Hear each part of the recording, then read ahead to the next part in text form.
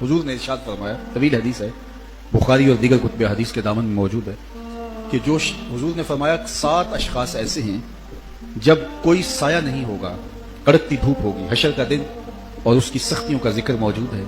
آج زمین میں قوت جاذبہ ہے، ہر شے کو جذب کر لیتی ہے، حرارت کو بھی اپنے اندر جذب کرتی ہے، لیکن قیامت کے دن اس زمین میں قوت جاذبہ نہیں رہے گی، یہ تانبے کی ہو جائے گی، یہ حرارت اگلے گی۔ آج سورج بہت دور ہے، پھر قریب ترین آ جائے گا، آج اس کا رخ الٹا ہے، پھر سیدھا ہو جائے گا۔ لوگ پسینے میں شرابور ہوں گے اپنے اپنے اعمال کے مطابق، کچھ ٹخنوں تک، کچھ گھٹنوں تک، کچھ کمر تک، کوئی سینے تک، کئیوں کو اس کی لگام دی جائے گی۔ اور ابن رجب حنبلی نے لکھا ہے کہ وہ پسینہ اتنا بدبودار اور متعفن ہوگا کہ اگر اس کا ایک قطرہ اب دنیا پہ ڈال دیا جائے تو اس کے تعفن سے انسان تو انسان رہے، جانوروں کے دماغ بھی پھٹ جائیں۔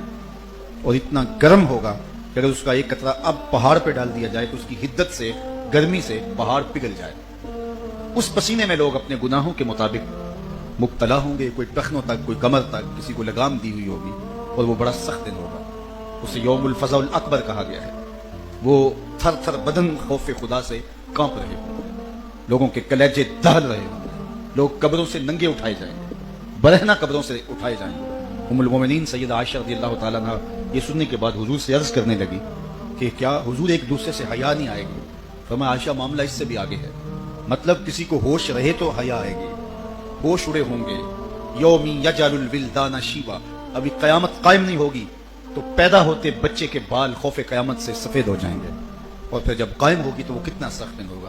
اس سخت دن میں جب کہ کڑکتی دھوپ جسم جھلسا رہی ہوگی، 7 اشخاص ایسے ہوں گے، میرے اور آپ کے آقا و مولا فرماتے ہیں اللہ اسے ان 7 اشخاص کو اپنے عرش کا ٹھنڈا سایہ عطا فرمائے گا۔ وہ سایہ رحمت الہی میں ہوں گے، سایہ عرش الہی میں ہوں گے۔ وہ 7 اشخاص کون سے؟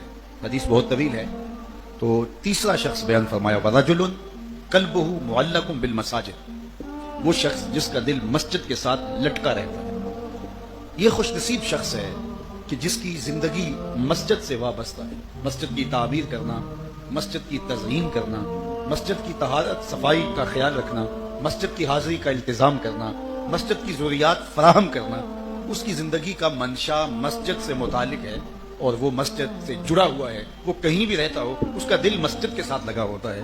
میرے حضور نے ارشاد فرمایا جب قیامت کے دن کوئی سایہ نہیں ہوگا وہ رحمت الہی کے سائے تلے ہو۔ جب لوگ کڑکتی دھوپ میں جھلس رہے ہوں گے وہ عرش الہی کی ٹھنڈی چھاؤں میں ہو۔ خوش نصیب ہیں وہ لوگ جن کا دل مسجدوں کے ساتھ جڑ جاتا ہے، مسجدوں کے ساتھ جو وابستگی قائم کر لیتے ہیں۔ مسجد نبوی میں ایک حبشیہ خاتون تھی جو مسجد کی صفائی کیا کرتی تھی۔ کسی زمانے میں آپ نے بھی دیکھا ہو کہ جب صبح کو بچے پڑھ کے مسجدوں سے باہر چلے جاتے تھے تو بوڑھی عورتیں آ کے مسجدوں کی صفائی کر دیا کرتی تھیں۔ اب تو وہ کلچر دم توڑ گیا ہے، شاید آپ کے دیہاتوں میں ہو، لیکن پہلے تو شہروں میں بھی ایسا ہوتا تھا، لیکن اب شاید دیہاتوں میں بھی نہ رہا ہو۔ تو بوڑھی خواتین آ کے صبح کے ٹائم مسجدوں کی صفائی کر دیا کرتی تھی، عصر کے بعد صفائی کر دیا کرتی تھی۔ تو وہ حبشیہ خاتون بھی یہ وظیفہ کرتی کہ مسجد نبوی کی صفائی کا التزام کرتی۔ ایک دن میرے اور آپ کے آقا و مولا نے فرمایا کہ کتنے دن ہو گئے میں اس خاتون کو نہیں دیکھ رہا تھا۔ تو صحابہ نے عرض کی یا رسول اللہ ہمارے ماں باپ آپ پہ قربان ہوں، وہ تو انتقال کر گئی۔ فرمایا تم نے مجھے اس کے جنازے کا نہیں بتایا۔ عرض کی وہ ایک عام سی خاتون تھی اور آپ کے مبارک کندھوں پہ کار نبوت کی اہم ذمہ داریاں ہیں، کبھی وفود سے ملاقات ہو رہی ہے، کبھی جنگوں کے لیے مجاہدین تیار ہو رہے ہیں، کبھی لوگوں کو حکام دین سکھائے جا رہے ہیں، کبھی اللہ کی مخلوق کی ہدایت کے لیے ان کو مسائل شریعہ سے آگاہ کیا جا رہا ہے۔ تو آپ کی تو فضول تر ذمہ داریاں ہیں جو آپ کے مبارک کندھوں پہ ہیں، تو ہم نے مناسب نہیں سمجھا کہ ایک عام سی عورت کے جنازے کے لیے آپ کو تکلیف دی جائے، تو ہم نے اس کی تدفین کر دی، جنازہ بھی پڑھا، اس کی تدفین بھی۔ تو میرے اور آپ کے آقا و مولا نے صحابہ سے مخاطب ہو کے کہا کہ تم نے اس کو عام سمجھا تھا جو اللہ کے گھر کی صفائی کیا کرتی تھی؟ فرمایا مجھے اس کی قبر پہ لے چلو، اور صحابہ کے ہمراہ حضور اس کی قبر پہ تشریف لے گئے، اور وہاں جا کر کے اللہ کے محبوب علیہ السلام نے دعا مانگی۔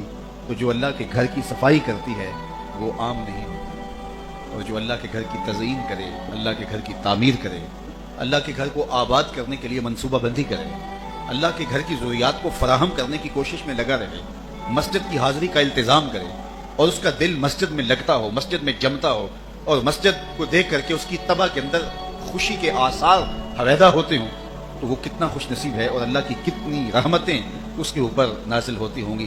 تو آج کے اس مبارک دن میں دعا کرتا ہوں کہ جن لوگوں نے اس مسجد کی تعمیر میں اپنی صلاحیتوں کے ذریعے، اپنے مال کے ذریعے، اپنی محبتوں کے ذریعے شمولیت اختیار کی. اللہ انہیں دارین کی جزائیں دے.